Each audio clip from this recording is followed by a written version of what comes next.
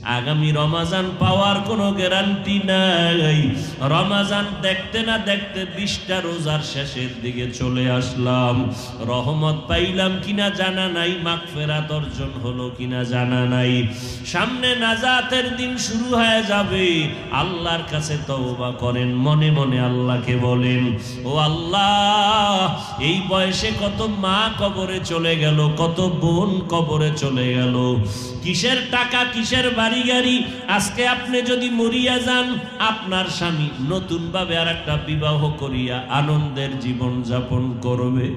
আপনি মা মরে গেলে আপনার খোঁজ নেওয়ার মতো আপনার কাউরে পাইবেন না। আপনার সন্তানেরা কয়েকদিন কান্নাকাটি করিয়া আর খবর নিবে না। এরা দুনিয়ার টাকা পয়সা পাইয়া আনন্দে আত্মহারা হয়ে যাবে রে মা। এখনো সময় আছে, চোখের পানি ছেড়ে তওবা করেন। একটু নিজের জীবনের দিকে তাকায় দেখেন, আমার মাওলার দরবারে কিন্তু যেদিন দাঁড়াইবেন, সূর্যের গরম সইতে পারবেন কিনা। আদালত বড় ভয়ঙ্কর আদালত। এখনো সময় আছে। মরিয়া গেলে কি এমন একজন দিনদার স্বামী, কোরআন পড়নেওয়ালা স্বামী আপনি নিয়েছেন যে মরিয়া গেলে কোরআন পড়ে দোয়া করবে? এমন একজন কোরআন পড়নেওয়ালা সন্তান কি দুনিয়াতে বানাইতে পারছেন যে আপনি মরিয়া গেলে সন্তান কোরআন পড়ে দোয়া করবে? ও বৃদ্ধ বাবাজি, মরার পরে কি কামাই করলেন হিসাব করেন। দুনিয়ার কামাই তো কম করেন নাই। বাড়ির অভাব নাই, গাড়ির অভাব নাই, টাকার অভাব নাই, জমিনের অভাব নাই, ফসলের অভাব নাই। কিন্তু এই ক্ষণস্থায়ী দুনিয়া ছাড়িয়া যেদিন কাফন পরিয়া কবরে যাবেন, হাসরের মাঠের কোনো সম্পদ অর্জন করলেননি। দুনিয়াতে বাড়ির মালিক হইয়া মানুষ আপনাকে বাড়িওয়ালা বলে, গাড়িওয়ালা বলে, কিন্তু আপনি মরার পরে কিয়ামতের দিন কেউ কি বলতে পারবে আপনি কোরআনওয়ালার বাবা?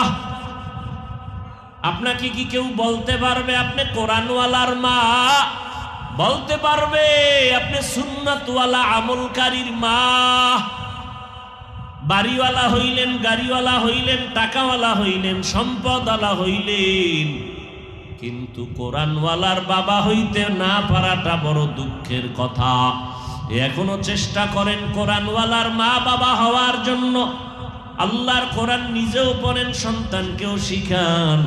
পিছনের গুনার জন্য তওবা করে চোখের পানি ছেড়ে আল্লাহকে বলেন মনে মনে, আল্লাহ আর গুনাহ করব না, আর রোজা ভাঙবো না, নামাজ ছাড়বো না, তারাবি ছাড়বো না, তাহাজ্জুদ ছাড়বো না, পরিপূর্ণ নামাজ পড়বো, পরিপূর্ণ 20 রাকাত তারাবি পড়বো, পরিপূর্ণ রোজার হক আদায় করে মিথ্যা বলবো না, গীবত করবো না, কারো পরনিন্দায় যাব না, কারো উপরে জুলুম করবো না, কারো হক নষ্ট করবো না। আল্লাহর মোহাব্বত নিয়ে যদি তওবা করতে পারেন, আমার আল্লাহ জীবনের গুনাহ মাফ করবেন। আল্লাহর কাছে তওবা করেন, ও আল্লাহ তুমি আমাদের জীবনের গুনাহ মাফ করো, তওবা আমাদের কবুল করে নাও। ও যুবকেরা, দাড়ি কাটিয়ে আর নবীরে কষ্ট দিও না। নবীজির সুন্নতের পোশাক আর দূরে ফালাইয়া দিও না রে বাবা। মরণের পরে তো সেই সুন্নতি পোশাক মাথা ঢাইকা বইরা যাবা, কিন্তু লাভ হবে না। মরণের আগে মদিনার সুন্নতের পোশাক লাগাও। আল্লাহর কাছে বলো, আল্লাহ তুমি তৌফিক দাও, আমার মনে চাই কিন্তু পারি না, তুমি তৌফিক দাও। এরে আব্বা জান, এরে আম্মা জানেরা, জাহান্নাম থেকে নিজে বাঁচেন, নিজেও রোজা রাখেন, সন্তানকেও রোজা রাখান, নিজেও 5 ওয়াক্ত নামাজ পড়েন, সন্তানকেও নামাজি বানান, নিজেও হালাল খান, সন্তানেরও হালাল জাদা বানান, নিজেও পর্দা করেন, সন্তানেরও পর্দা করান, নিজেও রোজা রাখবেন, তারাবি পড়বেন, সন্তানেরও তারাবিওয়ালা বানাবেন।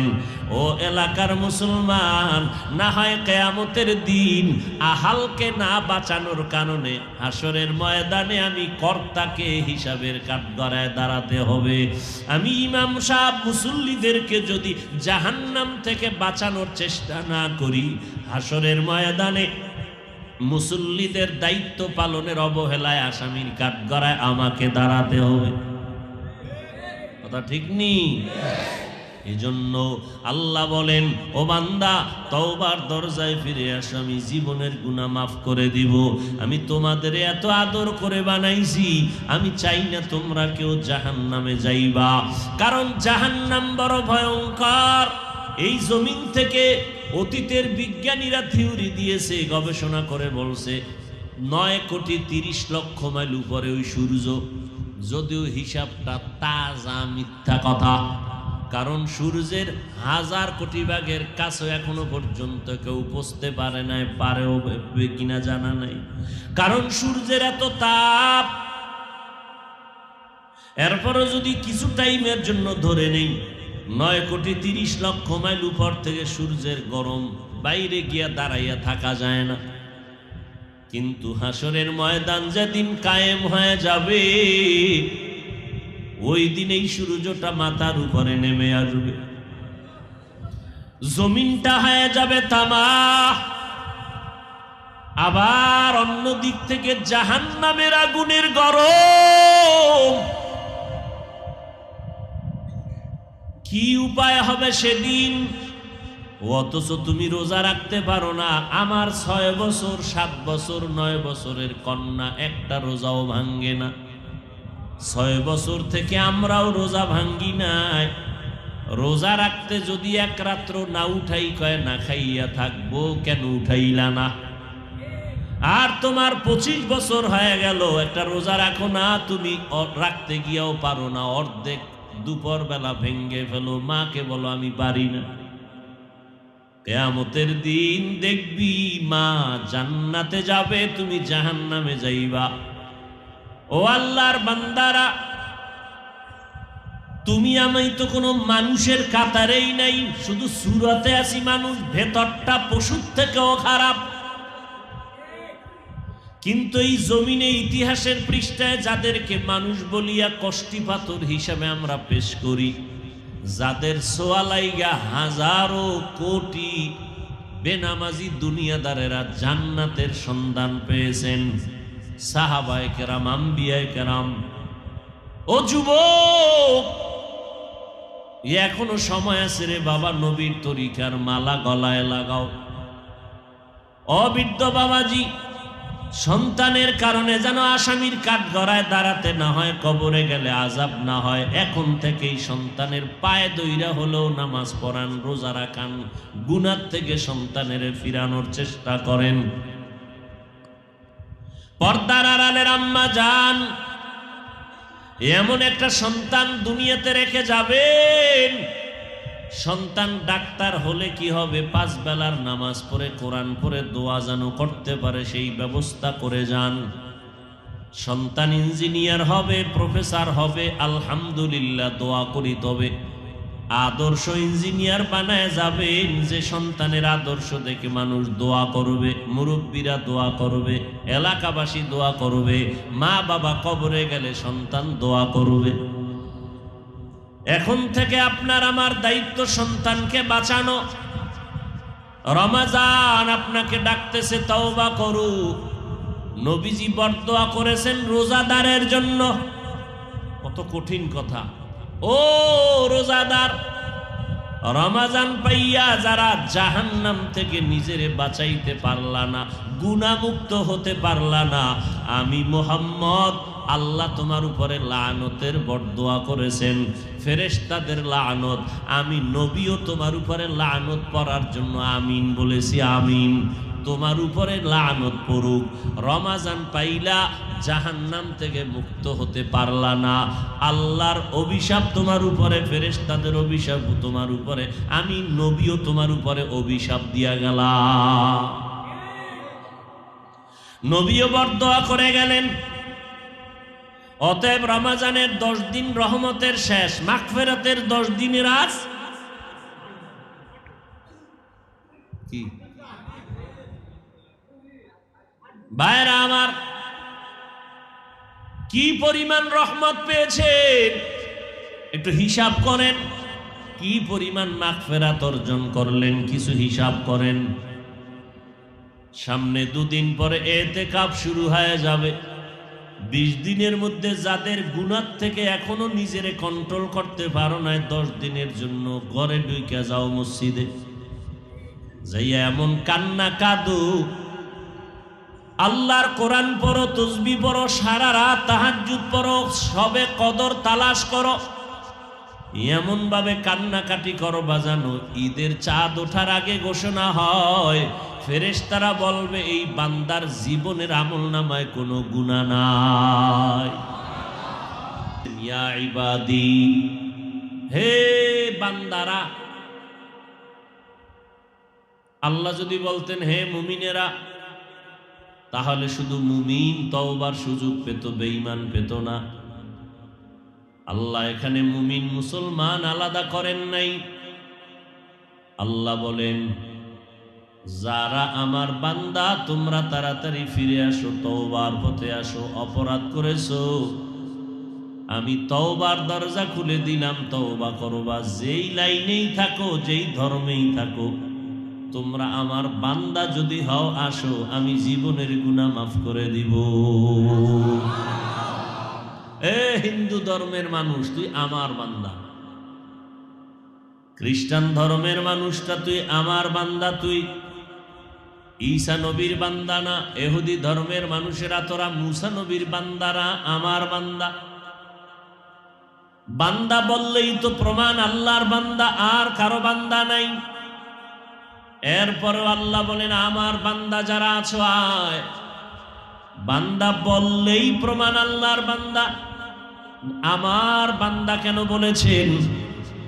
আল্লাহ বলেন আমার বান্দা বলার কারণ, দুনিয়াতে অনেক মানুষ ক্ষমতার পাওয়ার পাইয়া আমি আল্লাহর বান্দা স্বীকার করতে চায় না।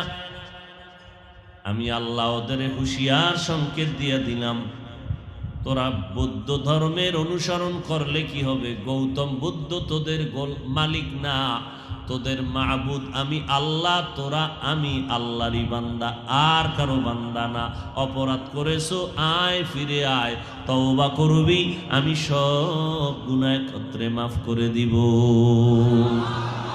আতিনা ফি দারে দুনিয়া না হাসান, আতিনা ফি দারে উকবা না হাসান, ইয়া গিয়াসাল মুস্তাগীসিন হদিনা লাফতিখারা বিল উলুমি ওয়াল গিনা।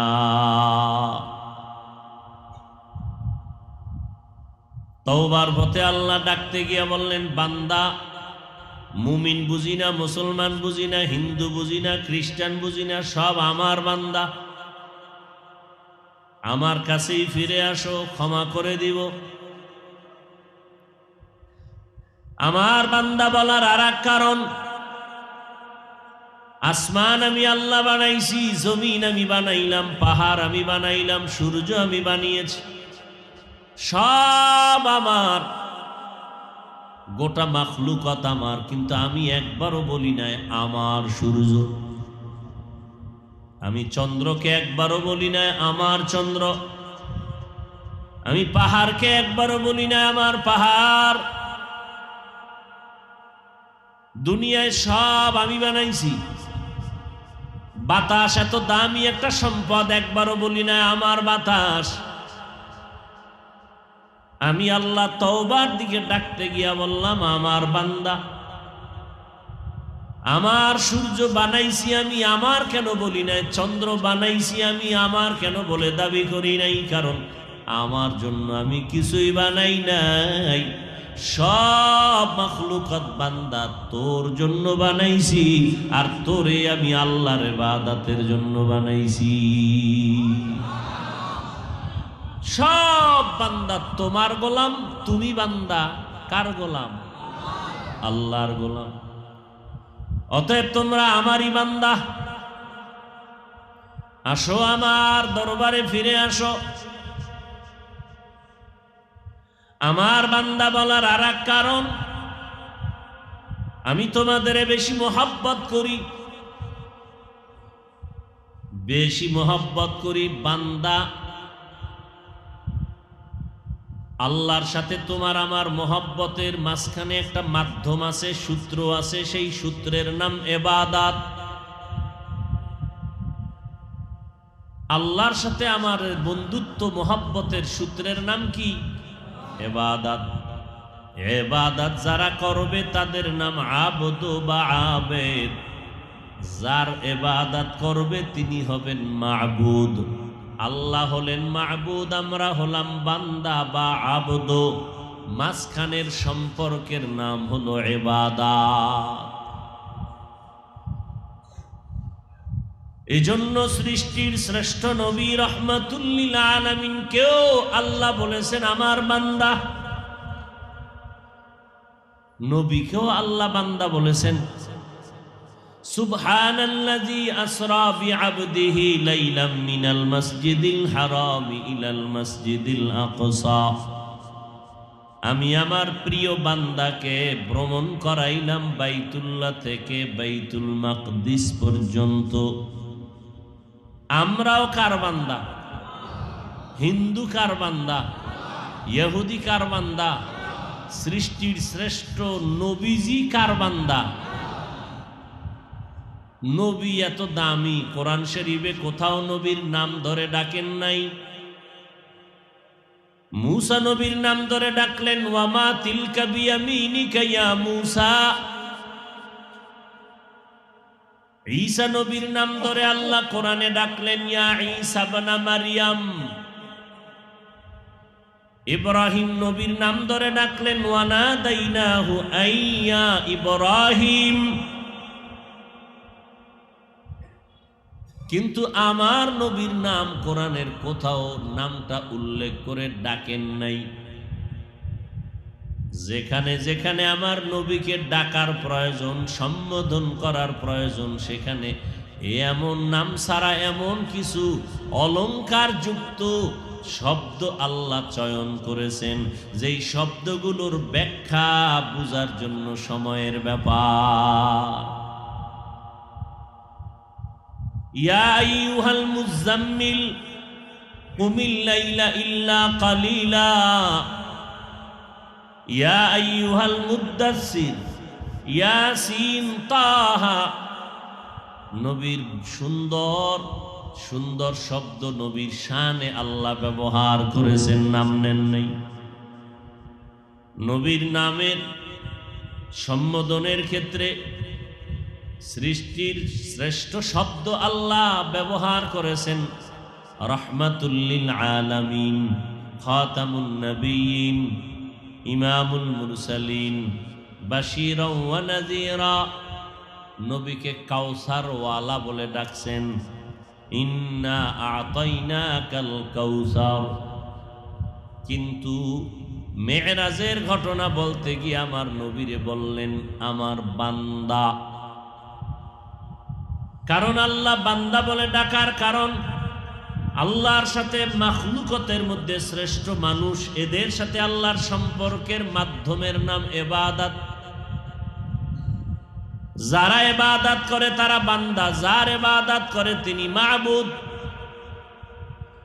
সারা দুনিয়াতে কিয়ামত পর্যন্ত আদম নবী থেকে যত ইবাদত করনেওয়ালা ছিল, আছে, থাকবে, আমার নবীজির মতো ইবাদত করনেওয়ালা কেউ নাই। এজন্য আমার নবী শ্রেষ্ঠ বান্দা। আর বান্দা বলতে গেলে বুঝতে হবে সে নূরের। বান্দা কি নূরের? ফেরেশতা কি আল্লাহর বান্দা? বলেন না। জিনেরা আল্লাহর বান্দা? বান্দা বলতে কি বলেন? মাটির সৃষ্টি মানুষ। মনে থাকবে? বান্দা বলতে কি নূরের সৃষ্টি? বান্দা বলতে আগুনের সৃষ্টি? কিসের সৃষ্টি? তাহলে আল্লাহ নবীরে বান্দা বলছেননি? কথা বলেন না কেন? এত জিদ কেন শরীরের মধ্যে? দাড়ি নেই, টুপি নেই, সুদের টাকায় ব্যবসা করেন, নবী বান্দা না নূর এ নিয়ে কিলেকিলি করেন। সুবহানাল্লাযী আসরা বিআবদিহি। নবীকে আল্লাহ বলেন আমি আমার বান্দাকে সফর করাইছি মক্কা থেকে বাইতুল মাকদিস, সেখান থেকে সপ্তম আসমান, লৌহ কলম, আরশ কুরসি। বান্দা বলতে নূরের সৃষ্টি, বান্দা মানে আগুনের সৃষ্টি। তো কিলাকিলি করেন কেন? হ্যাঁ, 24 ঘন্টা নবীর সুন্নত মানবেন, এইটা হলো আপনার করণীয়। কিসের সৃষ্টি নিয়ে কিলাকিলি? আপনার এটা কোনো কাজ? এটা তো একটা আকাম, এটা তো কোনো কাম না। শয়তানে যারে ধরে কাম থুইয়া আকাম করে, কাম থুইয়া আকাম করে। দাড়ি লম্বা করো, এই কাম নাই, আকামের দোকানদারি লয়ে বয়রিস। হ্যাঁ, এটা কাম। মদিনার লাইনে চুলগুলো চারো মাথার চারো পাশ পুরা চুল এক সাইজে রাখবা, সামনের থেকে ভাল্লুক, পিছন থেকে উল্লুক। কারণ কি? হ্যাঁ, বানরের বাচ্চা হয়ে গেছো? বেঈমানের স্লোগান শুনে যে আমাকে বানর ছিল পূর্ব, বানর থেকে আমরা হয়েছি। বানর থেকে হয়েছি। বানরের দাম বেশি না মানুষের দাম বেশি? তো বানরের সাথে আমাকে তুলনা দিয়ে সম্মান বাড়াইলো না কমাইলো? এরপর ওই কমানোর স্লোগানে এত চেঁচামেচি কেন করে? বানরের চরিত্র বানর থেকে যদি আসে এটা বুঝানো যায়, তাহলে বুঝা গেল মানুষ আল্লাহ বানায় নেই। তা আল্লাহ যেহেতু বানায় নাই, তা আল্লাহর বিধান মানার দরকার নেই। বানরের মতো রাস্তাঘাটে চলো, যৌবনের প্র্যাকটিস করো, বানরের মতো উলঙ্গ থাকো, বানরের মতো ওই স্বভাব চরিত্র নিয়ে চলো। আল্লাহ হেদায়াত দান করুন। আমরা মানুষ, আমাদের মতো দামি পৃথিবীতে আর কোনো প্রাণী নেই। 5 ওয়াক্ত নামাজ পড়বেন, এটা কাম। সময় নাই, তারাবি ঠিক মতো পড়তে পারে না, সময় নেই। ঘুমায় কয়টায়? কয় 1টায়। মাঝখানে কি করছো? আকাম। কহ চার দোকানে মোটামুটি 13টা বিড়ি টানা হয়ে গেছে। 20 রাকাত তারাবি পড়ার টাইম নাই, বিড়ি টানার টাইম আছে। চায়ের দোকানে বসে আড্ডা দিয়া রাত্র 1টা পর্যন্ত, সে টাইম আছে।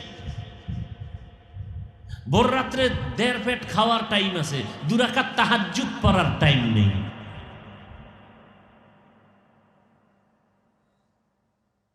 বড় আফসোস। এজন্য নবী বরদোয়া করেছেন। বলেন, কে বরদোয়া করেছেন? কোন নবী? বলেন। রোজাদারের জন্য। বলেন, কার জন্য? লেখেন, কাগজ কলম লয়ে বইবেন, মোবাইলের গুল্লি মারি, মোবাইল ধরবেনই না। দেখেন না ছোট ছোট বাচ্চাদের হাতে মোবাইল। এদের বাপ মা আসলে বাপ মা নাকি আল্লাহ জানে, বাচ্চার হাতে মোবাইল তুলে দিছে বাপ মা। তো এই সন্তান বাপেরে মারবে না তো কি করবে? আল্লাহ হেদায়াত দান করুন। বাচ্চার হাতে একটা মোবাইল দিয়ে দিছে, এটা হলো মায়ের কাম, এটা বাবার কাম। একজন আদর্শবান মা এটা কেমনে করে? আদর্শবান একজন বাবা কিভাবে বাচ্চার হাতে মোবাইল তুলে দেয় স্বেচ্ছায়? আর ওই মোবাইল নিয়ে চালাইতে চালাইতে বোবা হয়ে গেছে, কথা কয় না। কয়েকজন আইসে দোয়া নিতে, হুজুর একটু দোয়া করেন। কি কথা কয় না? এমনকি কি গজবে ঢুকাই দিছ না? সবসময় মোবাইল চালায়, এখন আর কথা কয় না। ওই মোবাইল দিলে ভাত খায়, না দিলে খায় না। কি ঠিক নেই? কথাই কয় না। কারণ কি? 24 ঘন্টা মোবাইলের মধ্যে রাখছে, কার্টুন মাটন দেখাইছে, উর্দু, হিন্দি, ফার্সি, এটির মধ্যে ছিল ইংলিশ। এখন আম্মু খাওয়া শিখে নাই, আব্বু খাওয়া শিখে নাই, সালামু আলাইকুম শিখে নাই, ধন্যবাদ শিখে নাই, কেমন আছেন শিখে নাই। তো জিজ্ঞা, এই নাম কি? ও বোবার মতো চাই। বয়স কত? 7 বছর। সেদিন দোয়া নিতে আইছে, দোয়া। 7 বছর। কেমন আছো? নাম কি? বোবা। এই কি কথা কয় না কেন? কয় কথা কয় না। আকামটা কে করছে? আল্লাহ না মা বাপ? হাদিস শরীফে নবী বলেন, আমি আল্লাহ, আল্লাহ রাব্বুল আলামিন সন্তানকে নূরের আলো দিয়ে দুনিয়াতে পাঠায়, মা বাপ ওই সন্তানরে বেঈমান বানায়। قال النبي صلى الله عليه وآله وسلم ما من مولود إلا يولد على الفطرة فأبواه يهودانه أو ينصرانه أو يمجسانه ইলা আখিরিল হাদিস আও কামা ক্বালান নবী আলাইহিস সালাতু ওয়াস সালাম। পয়গম্বর বলেন, এই উম্মতের দল, মা বাবার সন্তানগুলো যখন দুনিয়াতে আসে, আল্লাহ তাআলা প্রত্যেকের কলবের মধ্যে নূর দান করেন, আলো দিয়ে পাঠান। কেমন আলো? যে আলো দ্বারা ও বুঝতে পারে কোনটা ভালো কোনটা খারাপ। কিন্তু মা বাবা সন্তানকে বালেগ হওয়ার পর অগ্নি পূজারী বানায়, মূর্তি পূজারী বানায়, গায়রুল্লাহর গোলাম বানায়। গায়রুল্লাহ বুঝেননি? আল্লাহ ছাড়া যা আছে সব গায়রুল্লাহ। এই গায়রুল্লাহর গোলাম কে বানায়? মা বাপ। সন্তানকে রোজা রাখতে চায়, মাঝে মাঝে আম্মা জান কয় ওঠ সাহারি খেয়ে রোজা রাখো, বাবায় কয় খবরদার রোজা রাখাইবা না, চেহারা নষ্ট হয়ে যাবে। ও আব্বা জান, রোজা রাখলে তোমার সন্তানের চেহারা নষ্ট হয়ে যাবে।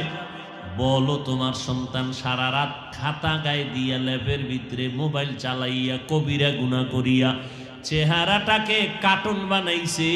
বলো, তোমার সন্তানের চেহারা এখন কেমনে, কোন মেডিসিন দিয়া ভালো করবা?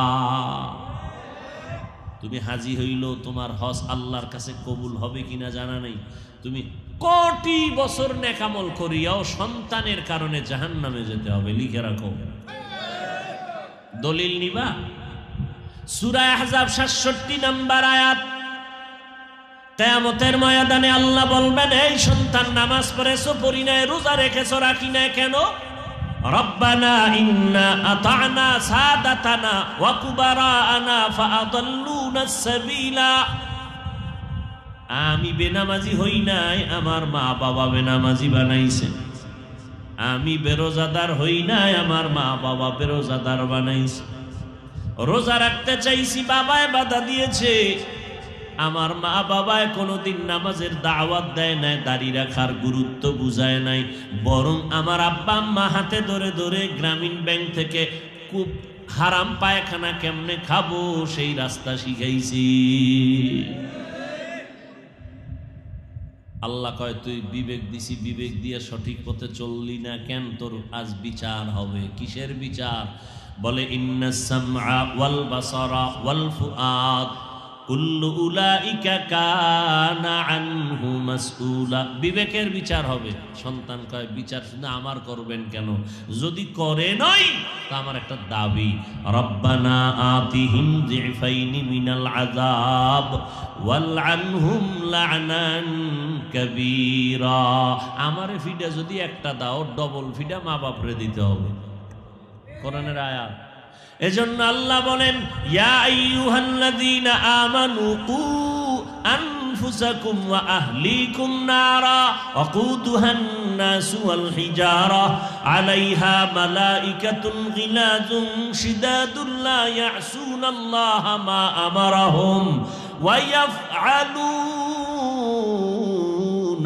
মা ইউমারুন।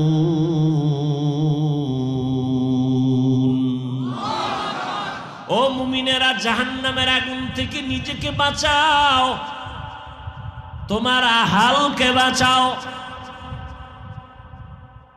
আগে কারে বাঁচাইতে কইছে? হুজুরের। কারে বাঁচাইতে কইছে? দেখছেন, নিজেকে আগে জাহান্নাম থেকে নিজেকে বাঁচাও, তারপরে হুজুর না আহাল? জাহান্নাম থেকে নিজেকে বাঁচাও, তারপরে আহালকে বাঁচাও। আমি বক্তার জন্য আহাল হলো উম্মত, আলেমদের জন্য আহাল উম্মত। আমি স্বামী হিসাবে আমার আহাল স্ত্রী, আমি আব্বা হিসাবে আমার আহাল আমার সন্তান, আমি ইমাম হিসাবে আমার আহাল মুসল্লি, আমি মেম্বার হিসাবে আমার আহাল ওয়ার্ডের মানুষ, আমি চেয়ারম্যান হিসাবে আমার আহাল ইউনিয়নের মানুষ, আমি সরকার হিসাবে আহাল হলো গোটা দেশের মানুষ। আহালকে বাঁচাও, নিজে না পাইছা না, আগে নিজে বাঁচা লাগবে। ও মেম্বার, তুমি আগে বাঁচো।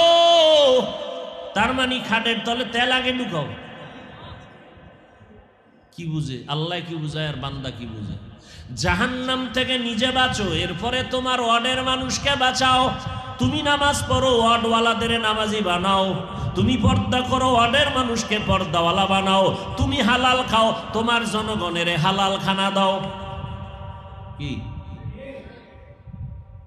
তুমি সুদ খাইও না, জনগণ থেকে সুদ নিও না। জান্নাত পাওয়া বড় সহজ, আবার বড় কঠিন। ও মা বাবা, তোমার সন্তানের বাঁচাও, নিজেও জাহান্নাম থেকে বাঁচো, সন্তানের বাঁচাও। এরে আব্বা জান, এরে আম্মা জানেরা, জাহান্নাম থেকে নিজে বাঁচেন, নিজেও রোজা রাখেন, সন্তানকেও রোজা রাখান।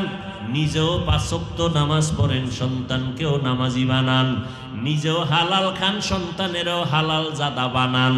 নিজেও পর্দা করেন, সন্তানেরও পর্দা করান। নিজেও রোজা রাখবেন, তারাবি পড়বেন, সন্তানেরও তারাবিওয়ালা বানাবেন। ও এলাকার মুসলমান, না হয় কিয়ামতের দিন আহালকে না বাঁচানোর কারণে হাসরের ময়দানে আমি কর্তাকে হিসাবের কাঠগড়ায় দাঁড়াতে হবে। আমি ইমাম সাহেব মুসল্লিদেরকে যদি জাহান্নাম থেকে বাঁচানোর চেষ্টা না করি, হাসরের ময়দানে মুসল্লিদের দায়িত্ব পালনের অবহেলায় আসামির কাঠগড়ায় আমাকে দাঁড়াতে হবে। কথা ঠিক নেই? এজন্য আল্লাহ বলেন, ও বান্দা, তওবার দরজায় ফিরে আসো, আমি জীবনের গুনাহ মাফ করে দিব। আমি তোমাদের এত আদর করে বানাইছি, আমি চাই না তোমরা কেউ জাহান্নামে যাইবা। কারণ জাহান্নাম বড় ভয়ঙ্কর। এই জমিন থেকে অতীতের বিজ্ঞানীরা থিওরি দিয়েছে, গবেষণা করে বলছে 9,30,00,000 মাইল উপরে ওই সূর্য। যদিও হিসাবটা তাজা মিথ্যা কথা, কারণ সূর্যের 1000 কোটি ভাগের কাছে এখনো পর্যন্ত কেউ পৌঁছতে পারে নাই, পারেও কিনা জানা নাই। কারণ সূর্যের এত তাপ। এরপরও যদি কিছু টাইমের জন্য ধরে নেই 9,30,00,000 মাইল উপর থেকে সূর্যের গরম, বাইরে গিয়া দাঁড়াইয়া থাকা যায় না। কিন্তু হাসরের ময়দান যেদিন কায়েম হয়ে যাবে, ওই দিন এই সূর্যটা মাথার উপরে নেমে আসবে, জমিনটা হয়ে যাবে তামা। আবার অন্য দিক থেকে জাহান্নামের আগুনের গরম। কি উপায় হবে সেদিন? ও যুবক, তোমার মতো কত যুবক আল্লাহর মোহাব্বত নিয়ে দেখো এক বেলার নামাজও বাদ দেয় না, স্কুল কলেজে পড়ে, ঠিক ওই নামাজ ছাড়ে না। তোমার মতো যুবক সন্তান র্যাব, আর্মি, পুলিশ, বিডিআরের চাকরি করে নামাজ বাদ দেয় না, রোজা ভাঙ্গে না। অথচ তুমি রোজা রাখতে পারো না। আমার 6 বছর, 7 বছর, 9 বছরের কন্যা একটা রোজাও ভাঙ্গে না। 6 বছর থেকে আমরাও রোজা ভাঙ্গি নাই। রোজা রাখতে যদি এক রাত্র না উঠাই, কয় না খাইয়া থাকবো, কেন উঠাইলা না? আর তোমার 25 বছর হয়ে গেল, একটা রোজা রাখো না, তুমি রাখতে গিয়াও পারো না, অর্ধেক দুপুর বেলা ভেঙ্গে ফেলো, মাকে বলো আমি পারি না। কিয়ামতের দিন দেখবি মা জান্নাতে যাবে, তুমি জাহান্নামে যাইবা। ও আল্লাহর বান্দারা, তুমি আমি তো কোনো মানুষের কাতারেই নাই, শুধু সুরতে আছি মানুষ, ভেতরটা পশুর থেকেও খারাপ। কিন্তু এই জমিনে ইতিহাসের পৃষ্ঠায় যাদেরকে মানুষ বলিয়া কষ্টি পাথর হিসাবে আমরা পেশ করি, যাদের সোয়ালাইগা হাজারো কোটি বেনামাজি দুনিয়াদারেরা জান্নাতের সন্ধান পেয়েছেন, সাহাবায়ে কেরাম, আম্বিয়ায়ে কেরাম, নবীদের কোনো গুনাহ নাই। আছে? কেউ যদি ধারণা করে গুনাহ আছে, তারা বাতেল, তারা ভণ্ড। এই নবীদেরকে অপরাধী মনে করার মতো কিছু টুপিওয়ালাও আমাদের জমিনে আছে না নাই? এরা কয় আমরা ইসলাম চাই। যারা নবীদের সমালোচনা করবে, খোদার কসম এদের দ্বারা কোনোদিন ইসলাম হবে না। আসতে বলেন কেন? কেউ ভণ্ডদের মুরিদ হইছেন মনে হয় না? যারা সাহাবায়ে কেরামের বিরোধিতা করে, আল্লাহর কসম এদের দ্বারা কোনোদিন ইসলাম কায়েম হবে না। এরা ক্ষমতায় গেল ইসলামকে জবাই করবে, জবাই। লিখে রাখো। বলবেন হাফিজ ভাই, তো যদি তারা ইসলাম না মানে তো ইসলামের সাইনবোর্ড লাগায় কেন? তোমাকে পাওয়ার জন্য। কারণ তুমি ইসলামের ব্যানার দেখলে দৌড় দিবা। তোমার মনটাকে পাওয়ার জন্য ব্যানার লাগাইছে, উপরে লেবেল লাগানো মধু, বোতলের ভেতরে বিষ ঢুকানো। লেবেল লাগাইছে আমরা ইসলাম চাই, ভেতরে নবীর সুন্নাত নাই, নবীর বিরোধিতা, সাহাবায়ে কেরামের বিরোধিতা, আউলিয়ায়ে কেরাম যারা মানে না, ওলি যারা মানে না, আউলিয়া মানে না, আল্লাহর কসম তারা ভণ্ড। এই মনে থাকবে, যারা বলে আমরা ওলি মানি না, আউলিয়া মানি না, খোদার কসম তারা, এদেরকে যারা ভণ্ড বলবে না তারাও ভণ্ড। সাবধান ও যুবক, এখনো সময় আছে রে বাবা, নবীর তরিকার মালা গলায় লাগাও। অবৃদ্ধ বাবাজি, সন্তানের কারণে যেন আসামির কাঠগড়ায় দাঁড়াতে না হয়, কবরে গেলে আযাব না হয়, এখন থেকেই সন্তানের পায়ে দইরা হলেও নামাজ পড়ান, রোজা রাখান, গুনাহ থেকে সন্তানের ফিরানোর চেষ্টা করেন।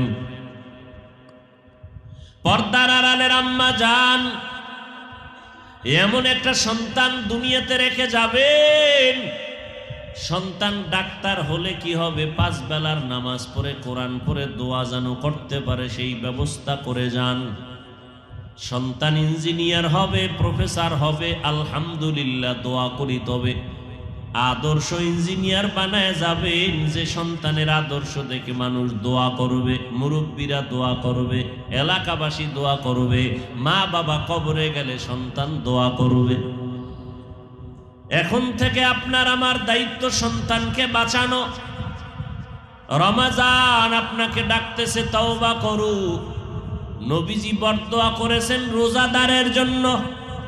কত কঠিন কথা।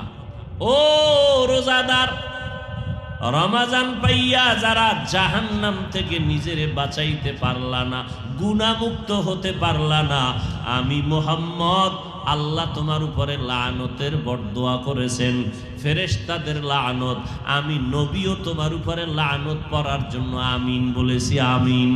তোমার উপরে লানত পড়ুক। রমাজান পাইলা, জাহান্নাম থেকে মুক্ত হতে পারলা না, আল্লাহর অভিশাপ তোমার উপরে, ফেরেশতাদের অভিশাপ তোমার উপরে, আমি নবীও তোমার উপরে অভিশাপ দিয়া গেলাম। নবীও বরদোয়া করে গেলেন। অতএব রমাজানের 10 দিন রহমতের শেষ, মাগফিরাতের 10 দিনের আজ কি ভাইরা আমার, কি পরিমাণ রহমত পেয়েছেন একটু হিসাব করেন। কি পরিমাণ মাগফিরাত অর্জন করলেন কিছু হিসাব করেন। সামনে 2 দিন পরে ইতিকাফ শুরু হয়ে যাবে। 20 দিনের মধ্যে যাদের গুনাহ থেকে এখনো নিজেরে কন্ট্রোল করতে পারো না, 10 দিনের জন্য ঘরে ঢুকে যাও, মসজিদে যাইয়া এমন কান্না কাঁদো, আল্লাহর কোরআন পড়ো, তাসবিহ পড়ো, সারা রাত তাহাজ্জুদ পড়ো, সবে কদর তালাশ করো, এমন ভাবে কান্নাকাটি করো বাজানো, ঈদের চাঁদ ওঠার আগে ঘোষণা হয়, ফেরেশতারা বলবে এই বান্দার জীবনের আমলনামায় কোনো গুনাহ নাই। তোমারে আল্লাহ এমন পবিত্র করবে যে তোমার বরকতে পুরা এলাকাবাসীরও মাফ করবে। এই জন্যই তো ইতিকাফ।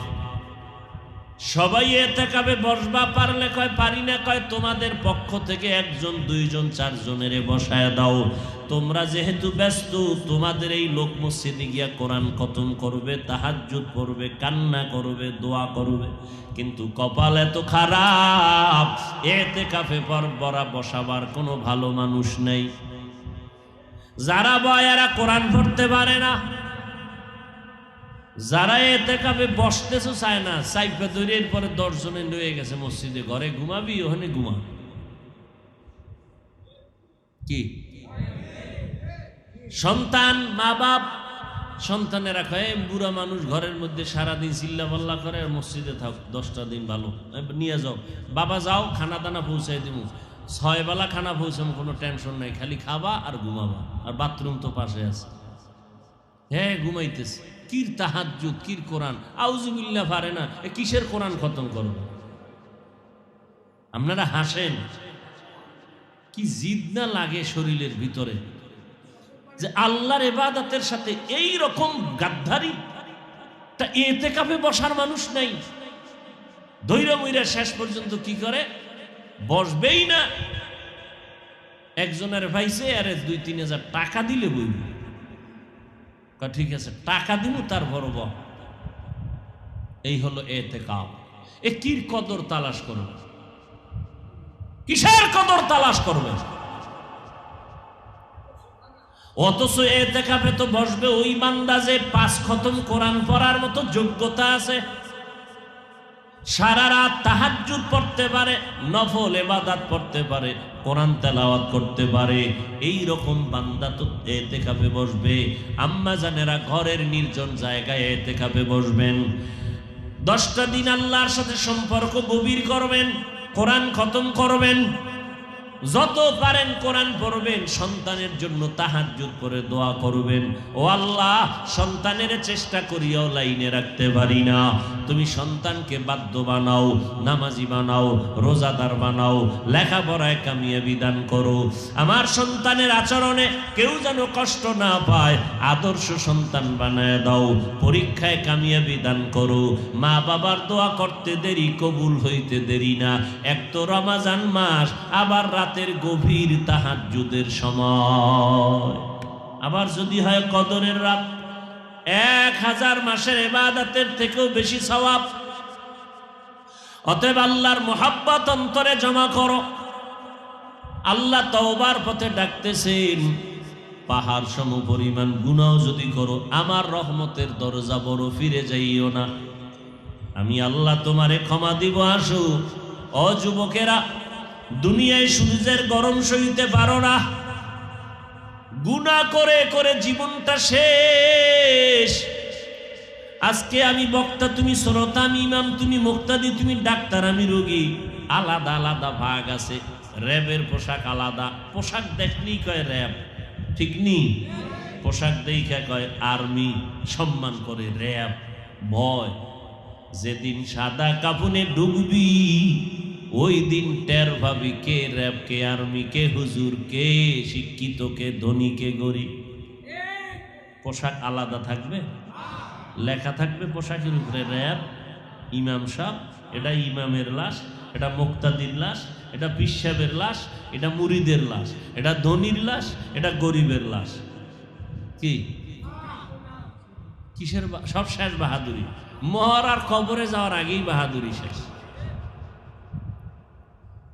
সাদা কাফনের কারো কাপড় বড় হবে না ছোট হবে না ধনী মানুষের টাকা আছে বিদায় কাফন একটা বাড়ায় দিবে গরিবের টাকা নাই বিদায় কাফন একটা কম মন্ত্রী হও এমপি হও তোমার যেমন 3টা সাদা কাফন রিকশার ড্রাইভারেরও 3টা সাদা কাফন ও আল্লাহর বান্দারা কাজের মহিলার যেই 5টা কাফন ওই ঘরের কর্তা নারী মারা গেল তার 5 কাফন সাদা উপর দিয়া লেখা নাই কে ধনী কে গরিব কে হুজুর না কে আলেম কে মূর্খ অন্ধকার কবরে নিয়ে বলবে সব এক সাইজে জানাজা পরে মাটি চাপা দিয়া চলে যাও ধনী মানুষ আমেরিকায় কথা বলো ভিডিও লাইভে কথা বলো দেখে দেখে কি অবস্থায় আছে কিন্তু বাড়ির দরজায় কবর মা বাবা কোন হালাতে আছে বছর বছর চলে গেল একদিনও খবর নিতে পারলা না টেলিফোনেরও কোনো ব্যবস্থা নাই ওই অন্ধকার কবরে মাটি চাপা দিয়া সব বিদায় সবার কবরে 2 ফেরেশতা আসবে কি হুজুর কি ধনী কি শিক্ষিত কি মূর্খ সবার বেলায় প্রশ্ন 3টা রবের পরিচয় দাও, ধর্মের পরিচয় দাও, রহমাতুল লিল আলামিনের পরিচয় দাও। তিনটা প্রশ্ন পিসাবেকেরও করবে, মুরিদেরও করবে, হুজুরেরও করবে, ইমামরেও করবে, ধনীরেও করবে, আলাদা কোনো প্রশ্ন নাই। কয় টাকার মালিক জানার দরকার নাই তোমার, সে মাস্তানি কবরে চলবে না। তুমি কয় টাকার মালিক, তুমি কত শিক্ষিত দরকার নাই, ধনী হও গরিব হও, তিনটা প্রশ্নের জবাব দাও, জান্নাত হয়ে যাবে কবর।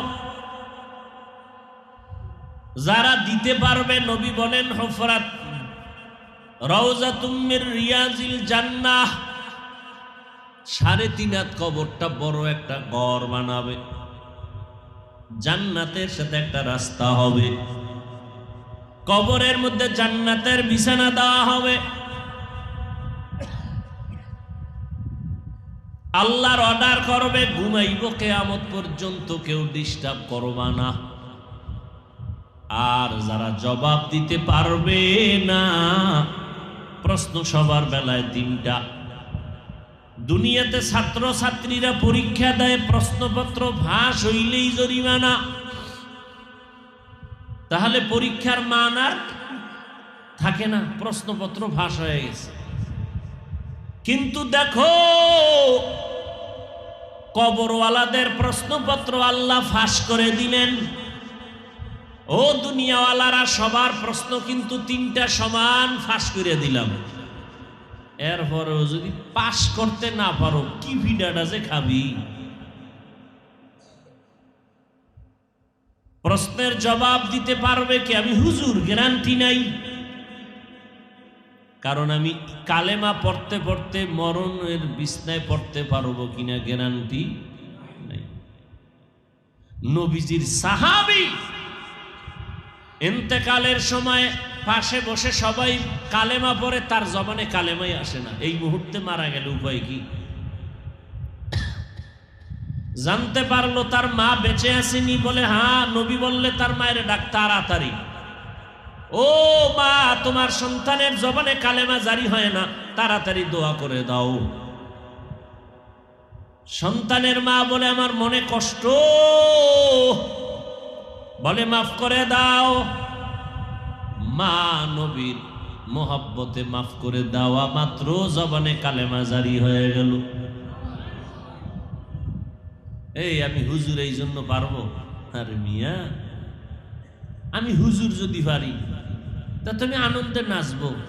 তো যারা পারবেন, গ্যারান্টি পেয়ে গেছেন জান্নাতের, এরাও তো মৃত্যু পর্যন্ত শুধু কান্নার উপরে ছিলেন।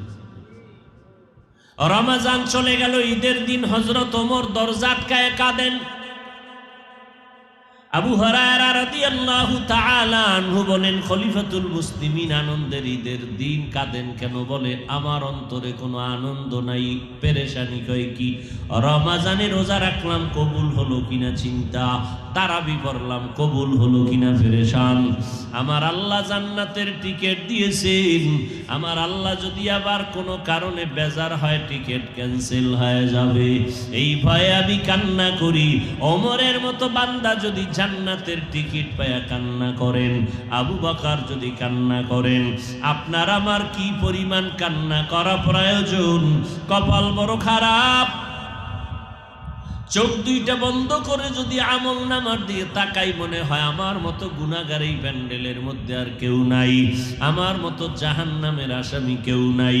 কিন্তু কপাল এতটাই যে খারাপ, চোখে পানিও নাই। কত বান্দা মোনাজাতে কান্না করে, আমার চোখে পানি আসে না, গুনার কারণে দিলটা পাথর হয়ে গেল। জান্নাতের টিকিট পাইয়া নবীর সাহাবী আবু বকর যদি কান্না করতে পারেন, আপনার আমার কি পরিমাণ কান্না প্রয়োজন? আল্লাহ বলেন এজন্য বেশি করে কান্না করো। নবী বলেন এক ফোঁটা চোখের পানি যদি গুনার কথা স্মরণ করে ছেড়ে দাও, তোমার চোখের পানির বরকতে আল্লাহ তোমার জীবনের জন্য জাহান্নামকে হারাম করে দিবেন, জান্নাতকে ওয়াজিব করে দিবেন। অতএব নবী বলেন যদি কান্না কারো না আসে, কান্নার বাহানা করো, তাতেও সওয়াব।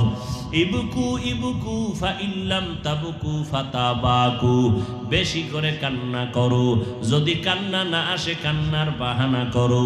নবীজি হাদিস শরীফের মধ্যে বলেন, গাভীর ওলান থেকে দুধ বের করে ভেতরে যেমন ঢুকানো সম্ভব না, যারা চোখের পানি ছেড়ে জাহান্নামের ভয়ে কাঁদবেন, আল্লাহর নবী বলেন আমার আল্লাহ তাকে আর জাহান্নামে কখনো ঢুকাবেন না।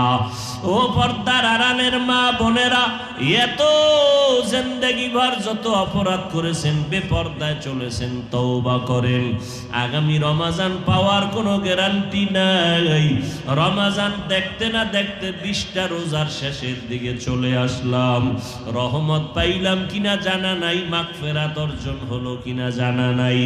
সামনে নাজাতের দিন শুরু হয়ে যাবে। আল্লাহর কাছে তওবা করেন, মনে মনে আল্লাহকে বলেন, ও আল্লাহ, এই বয়সে কত মা কবরে চলে গেল, কত বোন কবরে চলে গেল, কিসের টাকা কিসের বাড়ি গাড়ি। আজকে আপনি যদি মরিয়া যান, আপনার স্বামী নতুন ভাবে আর একটা বিবাহ করিয়া আনন্দের জীবন যাপন করবে। আপনি মা মরে গেলে আপনার খোঁজ নেওয়ার মতো আপনার কাউরে পাইবেন না। আপনার সন্তানেরা কয়েকদিন কান্নাকাটি করিয়া আর খবর নিবে না। এরা দুনিয়ার টাকা পয়সা পাইয়া আনন্দে আত্মহারা হয়ে যাবে রে মা। এখনো সময় আছে, চোখের পানি ছেড়ে তওবা করেন। একটু নিজের জীবনের দিকে তাকায় দেখেন, আমার মাওলার দরবারে কিন্তু যেদিন দাঁড়াইবেন, সূর্যের গরম সইতে পারবেন কিনা। আদালত বড় ভয়ঙ্কর আদালত। এখনো সময় আছে। মরিয়া গেলে কি এমন একজন দিনদার স্বামী, কোরআন পড়নেওয়ালা স্বামী আপনি নিয়েছেন যে মরিয়া গেলে কোরআন পড়ে দোয়া করবে? এমন একজন কোরআন পড়নেওয়ালা সন্তান কি দুনিয়াতে বানাইতে পারছেন যে আপনি মরিয়া গেলে সন্তান কোরআন পড়ে দোয়া করবে? ও বৃদ্ধ বাবাজি, মরার পরে কি কামাই করলেন হিসাব করেন। দুনিয়ার কামাই তো কম করেন নাই। বাড়ির অভাব নাই, গাড়ির অভাব নাই, টাকার অভাব নাই, জমিনের অভাব নাই, ফসলের অভাব নাই। কিন্তু এই ক্ষণস্থায়ী দুনিয়া ছাড়িয়া যেদিন কাফন পরিয়া কবরে যাবেন, হাসরের মাঠের কোনো সম্পদ অর্জন করলেননি। দুনিয়াতে বাড়ির মালিক হইয়া মানুষ আপনাকে বাড়িওয়ালা বলে, গাড়িওয়ালা বলে, কিন্তু আপনি মরার পরে কিয়ামতের দিন কেউ কি বলতে পারবে আপনি কোরআনওয়ালার বাবা? আপনাকে কি কেউ বলতে পারবে আপনি কোরআনওয়ালার মা? বলতে পারবে আপনি সুন্নাতওয়ালা আমলকারীর মা? বাড়িওয়ালা হইলেন, গাড়িওয়ালা হইলেন, টাকাওয়ালা হইলেন, সম্পদওয়ালা হইলেন, কিন্তু কোরআনওয়ালার বাবা হইতে না পারাটা বড় দুঃখের কথা। এখনো চেষ্টা করেন কোরআনওয়ালার মা বাবা হওয়ার জন্য। আল্লাহর কোরআন নিজেও পড়েন, সন্তানকেও শিখান। পিছনের গুনার জন্য তওবা করে চোখের পানি ছেড়ে আল্লাহকে বলেন মনে মনে, আল্লাহ আর গুনাহ করব না, আর রোজা ভাঙবো না, নামাজ ছাড়বো না, তারাবি ছাড়বো না, তাহাজ্জুদ ছাড়বো না, পরিপূর্ণ নামাজ পড়বো, পরিপূর্ণ 20 রাকাত তারাবি পড়বো, পরিপূর্ণ রোজার হক আদায় করে মিথ্যা বলবো না, গীবত করবো না, কারো পরনিন্দায় যাব না, কারো উপরে জুলুম করবো না, কারো হক নষ্ট করবো না।